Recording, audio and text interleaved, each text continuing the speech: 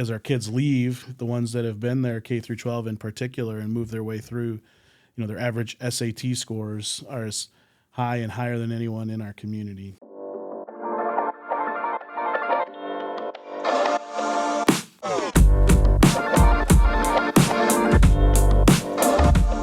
Welcome back to the Talk Midland podcast. My name is Logan Richetti with Modern Realty. Today I have my new friend David Warren, head of school for Calvary Baptist. Yes, sir.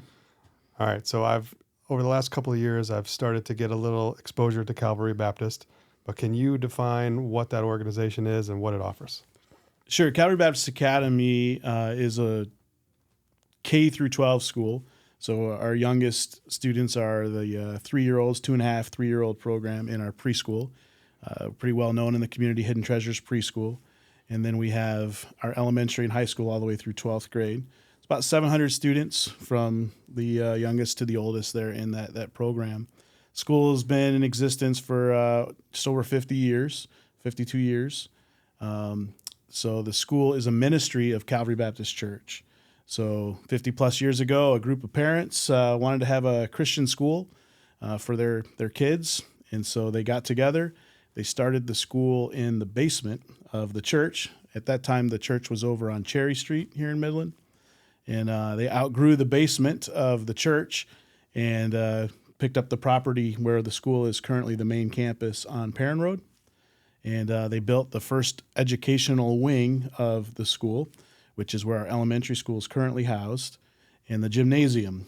And the church actually met in the gymnasium for many, many years in order to have a school building for their kids to have a school in.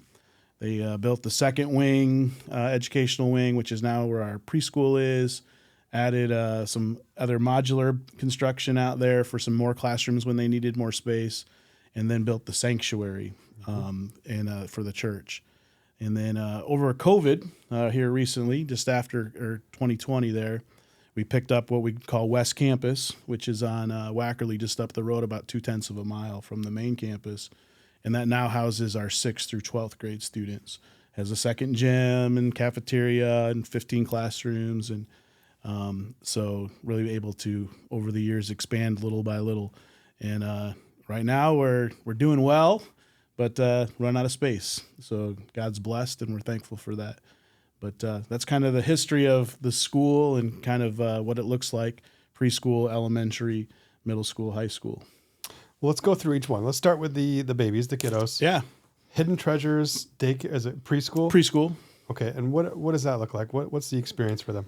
So our preschool director is Abby Tomko. Abby came to us as a preschool teacher, and then moved through and is now the director. And Abby does an awesome job with her team. They have 300 plus, kind of varies year to year and even week to week, because those little guys are coming in and out. Some are 2 days and 3 days and 5 days and half days and full, all the different variations that you have with preschool.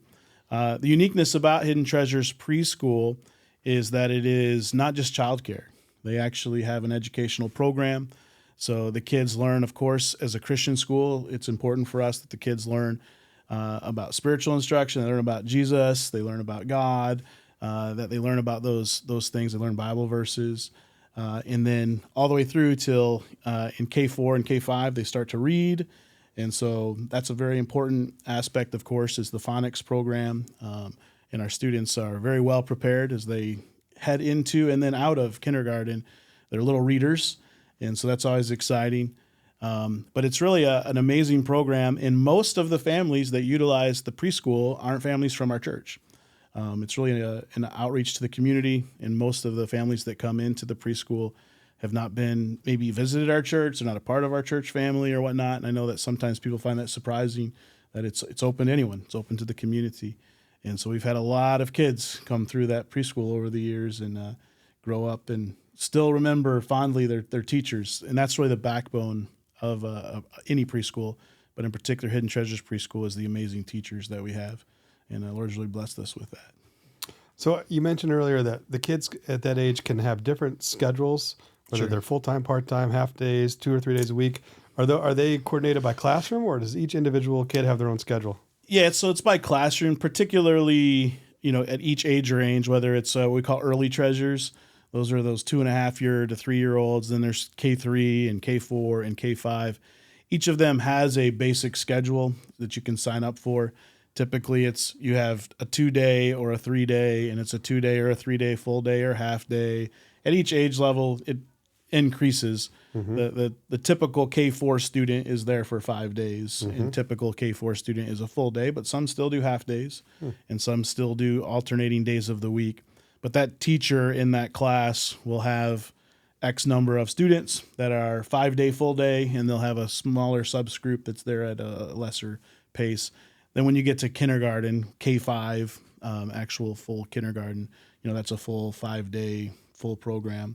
And then on top of that, of course, there's always the early care and the aftercare and all of those options as well. But it's generally you're in a classroom with the same teacher. If you're a student there, you're not bumped around depending on the week or the day or the whatnot. So, what time does early care start, and then how late is aftercare? Man, that's a great question. The early care, I think in the preschool, I'm more familiar with the other end with the older kids. The preschool director handles the details of that. But it's around 7:30 in the morning. 7:30 is the early care start, and I know it goes till 6:30 p.m. in the evening. So pretty standard, full day care. Wow. For those ones that need that early and extended time because of their maybe work schedule and different things, for sure. Yeah, a lot of times at the end of the school day, they're outside playing on the jungle gyms and the playgrounds, and that's where we pick up Elena a lot of times. Yeah. So Elena's now in K5, and she's loving it. She's in Mrs. Remington's class, I think. Yes. Yeah, she's a great teacher. Yeah. She's wonderful. What a sweetheart. So, yeah, all the teachers that we've met have been so sweet and patient and kind, and that seems to be a characteristic across the preschool. I hope so.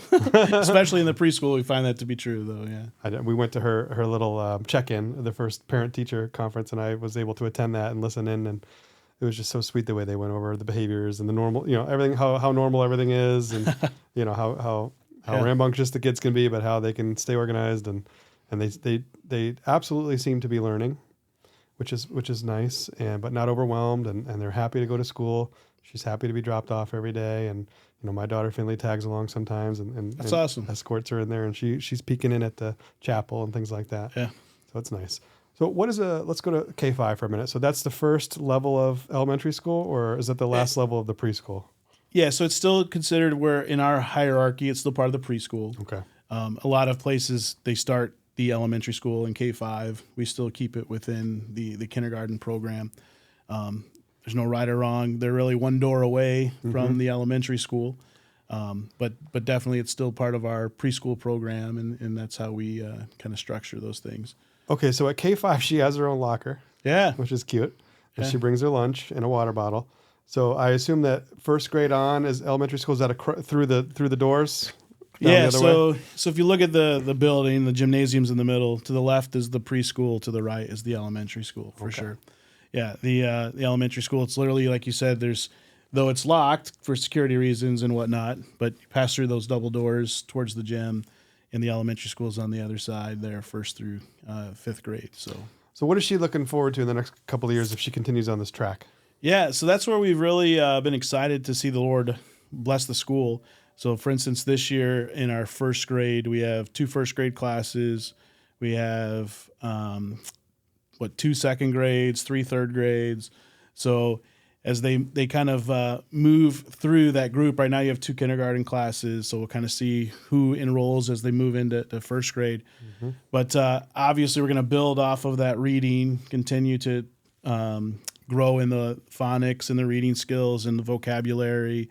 But you start to get obviously stepping up, which they're getting introduced to in K5. But pretty much what you'd think of when you thought of elementary school for you. I've got a 3rd grader right now, so I just was doing homework last night in history. We were learning all about the Constitution and learning about the foundation of our government and such. But you're going to get the math and the science and the English and start to build through those normal curriculum milestones. One of the things that I think are excited about, there's 2 main things that I would want to highlight probably, is one, academically, we feel like our kids are well prepared, that when we do the testing and scoring and such, that our kids are on par with any school in our community. We'll get to high school later, but as our kids leave, the ones that have been there, K through 12 in particular, and move their way through, their average SAT scores are as high and higher than anyone in our community. And so they're well prepared academically. But being a Christian school, our emphasis is we're excited about academics. We want to do that well, but we're also wanting to make sure that they get that spiritual piece, a biblical worldview, understanding God's word, applying God's word in all areas. Today I said I was preparing my kid yesterday for his history test in third grade. I teach one class still. I teach a worldviews class for our seniors. I like to stay connected and work with them. And we were talking about Marxism, socialism, Wow. from a biblical worldview. Does the Bible have anything to say about these economics and the versus capitalism? We listened to a speaker from Venezuela talking about his experience coming to the United States and why.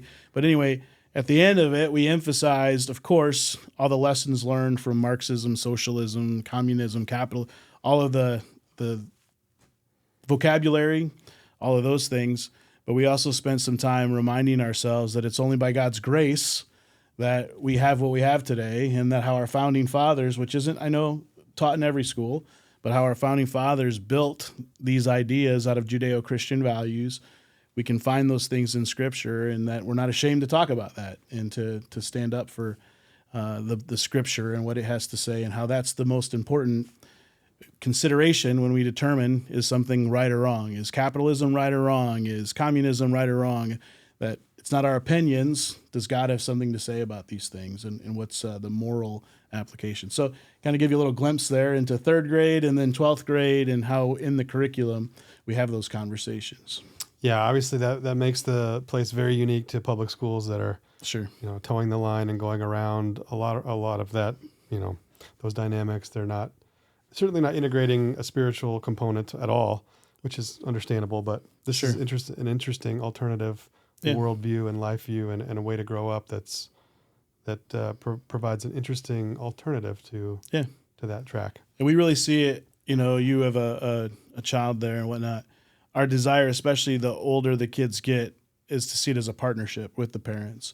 So we know it's not for everybody. We don't expect it to be for everybody. We're not trying to sign up every student in the Midland area, but those families that are, wanting to have a biblical-based Christian education for their kids, it's an option for them to partner with them together to give that to our children. So we recognize that's the niche, right? Mm-hmm. That's what we're looking to do, and that's our mission. Well, outside of the religious component, I would assume that the classroom sizes and the overall class size are going to be much smaller than the public schools. What kind of dynamics does that create for the kids? Yeah, so overall, to be fair, class size is probably not significantly different always. It really depends on enrollment year to year in a particular class. Okay. We have class sizes that would range from the upper teens all the way to maybe 30 students in a classroom, depending on the age and the size of the classroom that's going through your middle school age or whatever. But what we do have, for instance, where we do have larger classes, we have teachers' assistants. So we were just doing the math here recently with teachers and teachers' assistants, the ratio of those staff members to students is about 1 to 9. But it doesn't always look like that maybe in the actual grade level classroom. You might have a class that has 20 some students in it, which might be a little higher or as high as any other school. But it's the assistants and the team that's put together there. It's a little different, maybe set up at times. It's always an interesting discussion.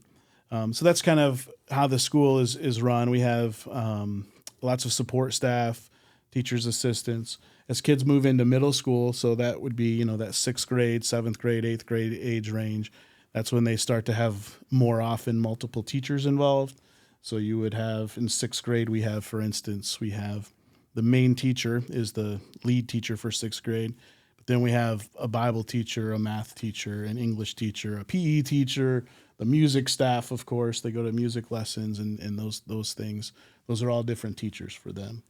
So it's not one classroom contained education at that point. And even in elementary school, and some in preschool, they head to music class and PE, Yep.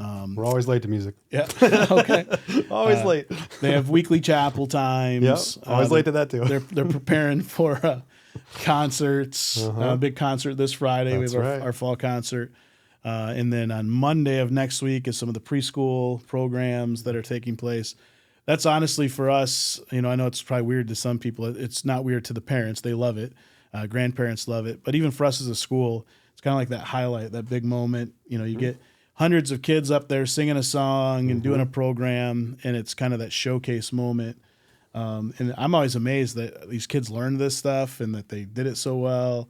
And we just have an amazing team there that puts that all together with the kids. But and it also highlights, the differences. I'm not here to in any way bash the public schools or anything of that nature, but it does highlight the difference in what's being sung about in the program, the praises that are sung to God, and just the content. It's a clear and obvious, focus that's very, very different. And that's always for us, knowing that's our mission, encouraging to see that happen. Well, this podcast will come out after that event has already happened. But Fair enough. Yeah. But all week this week, we're excited about it. Okay. And, and it's on the schedule. The whole You're family's practicing going. at home. Yeah. Everybody's, she's fired up about it. And obviously my daughter is dying to go up on stage too. This morning she said, "Why can't I go on stage? I want to go on stage too." And my son keeps, every night I come home and the music's playing and he's singing along to it on YouTube Music or whatever it is. And getting all ready. So it's kind of fun. That's wonderful. And I also remember last year at the end of her K4 year, they had a class-based presentation, which was cute, and every student got an award for a different characteristic. Yeah, it's cool. And everybody was happy. And we do that school-wide, really. So in preschool, they do it in the classroom, and then of course there's K5 graduation. So that's always amazing. All these little 5-year-olds in their gowns and their caps and having a full program. And then there's an elementary awards program, and the same thing happens at that level. Is each teacher goes up, and in front of the whole school, every student gets to walk across the platform at least the one time to be acknowledged for something that they're good at. Wow. And we really think that's important. God created each of these kids uniquely, and he's given them the gifts that they have. And so even at a young age, affirming those things and saying, Billy's receiving the award for cheerfulness. He's always cheerful, and identifying what's unique about these kids and reinforcing those positive character traits. And then, of course, there's awards for other things like educational things and academics and all that that takes place. And then when we get into high school, we do it's less of every individual kid being recognized, but there's a lot of recognitions in athletics and fine arts and testing and science award. There's all kinds of stuff. So a big awards ceremony, and then, of course, culminating with high school graduation. But we work really hard to take time out to have an awards time all the way through the school. So let's talk about the security at the school. Okay. There's a lot going on there that's a little unique. Sure.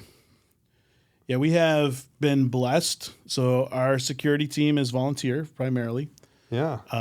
So we've had some gentlemen over the years. It's changed in number and who they are, but they are there for pickup and for drop off. We have one gentleman who's there throughout the day at West Campus, and they, like I said, are all there on volunteer basis. They are very present. They have a uniform, so it's obvious who they are. They do carry, and so we take that seriously. The building is on lockdown throughout the day, so only during the morning time when students are being dropped off or picked up are there times where access is a little easier because there's parents coming in and whatnot, and that's why they're present during those times. But during the school day, you have to be buzzed in. Someone has to allow you entry into the building. We've just really been blessed, and then we've even had some dollars that have been donated to that cause so that we can have some equipment and things around the building, whether that's cameras. There's a pretty exhaustive video system throughout the building so we can see who's coming and going, what's going on in the property, even off hours. We have invested in just normal things that any school would do probably, but the shades on the windows, all of our teachers teach behind a locked door. Nothing magical there, but just learning how that is a great prevention if there was ever any kind of a incident where someone entered the building to do harm to our children. So those are some of the features and such. We always could do more, and you feel like that you go down that hole and there's only, you're always at a point where you're trying to do the best with the resources that you have to be as wise with them as you can. And we feel like we're comparing ourselves with other schools and what the options are. I feel like we're moving in the right direction. So, Well, speaking of resources, this is a private school funded by tuition. yes, sir. And you mentioned off camera that 70 to 80% of the tuition goes right into salaries for the teachers. Definitely. Yeah. As you can imagine, that's your main Yep. cost. But that seems, with 700 kids, that seems tough to make a budget stretch. Yeah. So we've been blessed. So a couple things to be completely, transparent and help people understand how that works. Number one is we don't have a huge amount of maintenance and building costs because the church has subsidized that portion of it. Being the school is a ministry of the church, the church takes care of the primary maintenance of the facilities. Now, some of that is changing now that we have West Campus and such, but historically, that's been the church's primary deposit into the church, into the school. And so we have that overhead cost that we don't have to worry about, which is a pretty significant chunk that we would have to figure out a funding for, which has helped us keep tuition a little bit lower. Wow. We have other resources that funds come in through. So we have people that privately give to the scholarship fund. So those scholarship dollars are then used to help some of our families that maybe can't afford it, that run into a situation where they need some help to pay their tuition. So we use the scholarship funds that come in for that. We do have some grants here and there that come in. So we did a safety and security grant. We've done some technology stuff through a grant. So there are things that come through here and there that help us with some of those supplemental things. But the bulk of our tuition dollars get spent right into our teacher salaries, like you said. And so God's blessed. He's provided. We're each year we end the year in the past several years with basically a month or two's operating expenses surplus, which is what we're try to do in case of that worst day scenario kind of situation. We just started this year something brand new in our academy, not in the preschool at this point, so you probably wouldn't be as aware of this, but in the academy we started the new King's Annual Fund, and it's just an opportunity for people that are interested in supporting the school, and it's a fund that we plan to use for things that are not in the normal operating budget, so extras.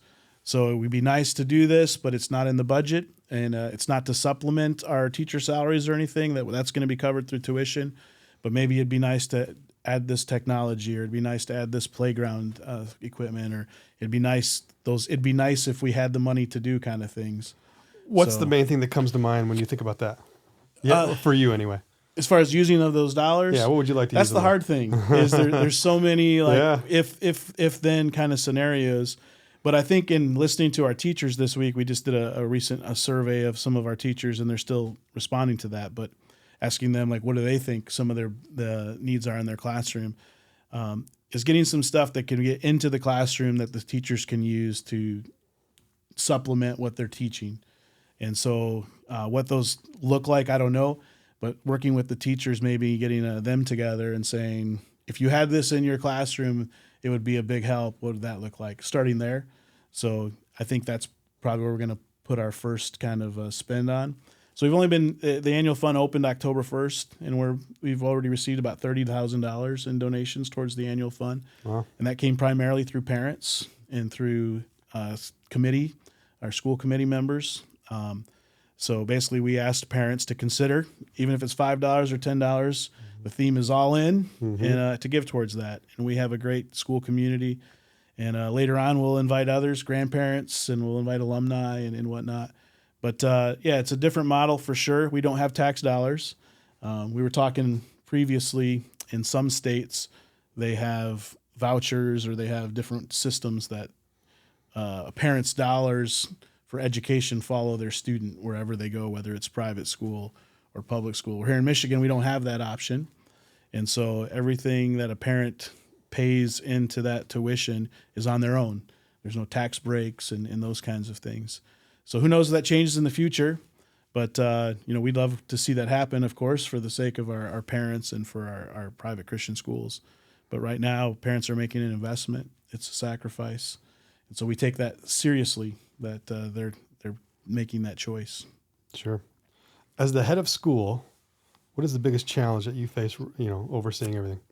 Yeah. Well, let me share this first and kind of move to that, if that's all right. Sure. So my story a little bit plays into maybe some of the challenges.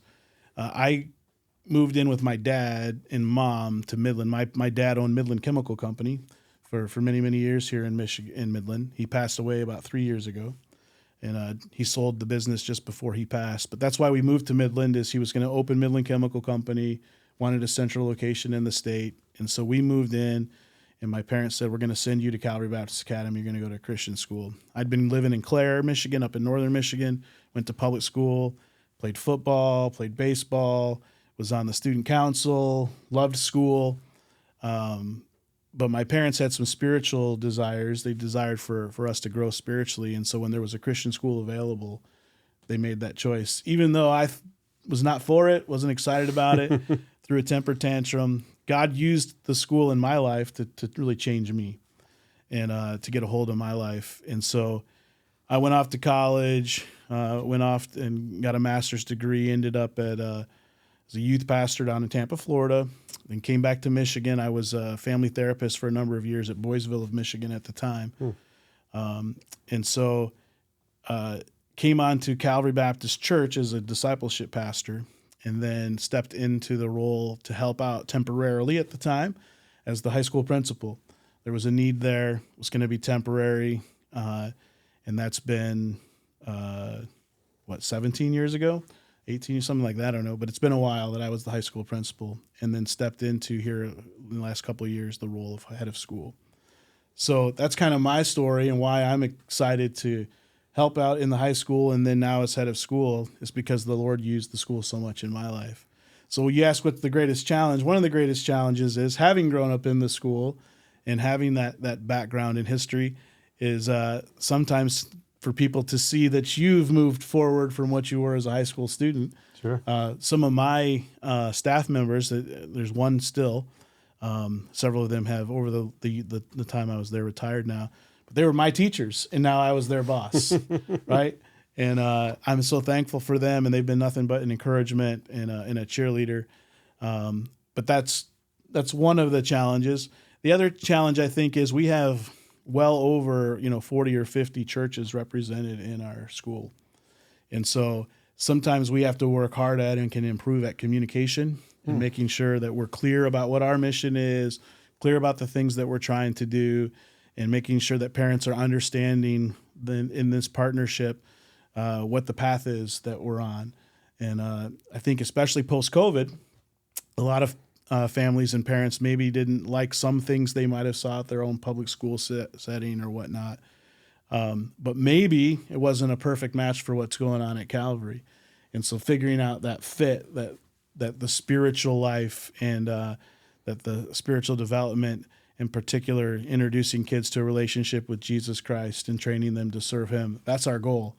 And I think some families maybe are conservative and they like some of the conservative values of the school, but it's our job to help them understand and keep everybody moving and rowing in that direction, that it's more than just conservative, it's Christian and it's Christ-likeness, and it's ultimately the gospel that is what we're seeking to proclaim. So I don't know if that makes sense, but yeah, keeping everybody focused. Sure, that makes sense. What's your vision for the future? I don't know. It's hard because the school continues to grow. Our facilities are our big kind of roadblock right now. If we wanted to grow, there's only so much space that we have. So there's lots of talk about what that looks like. I think one of the future visions is like any school setting, any educational institution, the post-high school world is changing. And so college and university isn't necessarily the only next step for students. So how do we prepare students for other options outside of college and university? I think our focus has been so much on that one kind of next step, that how do we help students that maybe God is gifted in different ways to use their hands or to build things, or just work in a different way. How do we help prepare them for that next step as effectively as we are the ones that are going to step into a college classroom? So that's one of the things we think about and talk about a little bit on that end for the future. The other is, in the scheme of education, is this one's way out there, but I think everybody's talking about it and thinking about it if they're paying attention. Is the traditional 5-day-a-week classroom experience, is that going to be the norm forever? Is it a 9-month school? There's 12 months. And so not many big talks or big movements here, but just thinking about, what is school actually going to look like in the long run, and not being following, but maybe trying to lead in some of those conversations. Is there a 4-day-a-week and a 5th day looks a little different? Is there, what's the, especially as a Christian school wanting to work with families, what works best for families? What would they benefit most from? Because we feel that pull of parents wanting more time with their kids, more time with their family. Well, when does that happen? Especially as kids get older, you get athletics involved, and you get robotics, and you get all these extracurriculars, which we haven't even talked about some of that, right? But all that is from the school, but it takes up the time and it pulls it away from the family. And so where's the balance in those things? What does that look like in a normal week? So if I'm tracking, you're talking about maybe moving some of those extracurricular activities into the normal structure of a week, possibly, or theoretically. Yeah, theoretically, What does that look like? Yeah. Is there a 4-day of classroom, and does the classroom have to be from 8:50, like ours right now, 8:15 to 3:25, or is it maybe a little bit longer days, but 4 of those days, and then there's a 5th day that is used for other things or given back to families? I don't know. Interesting.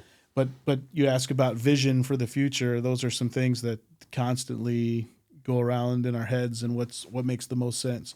It might be different for a preschool, because it's for us, we really strongly remind people that it's not daycare, that we're wanting to do more than just babysit. But for families, they also need the child care piece because they're working those 5 days. So we know that school sometimes matches the calendar and the week of the work week. But if you're paying attention as well in the workforce, it looks different a lot now.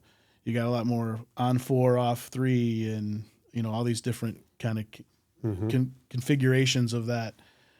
So it's not the standard always 9 to 5 or that it used to be for everybody. What extracurricular activities does the school offer?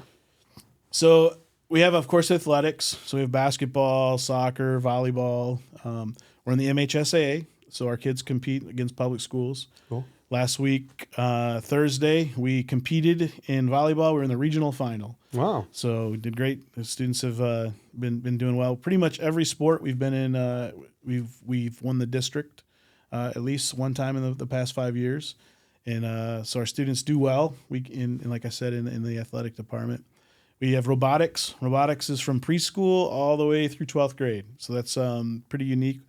I just learned this not long ago. We have the largest robotics program in our elementary school of any school really in the state.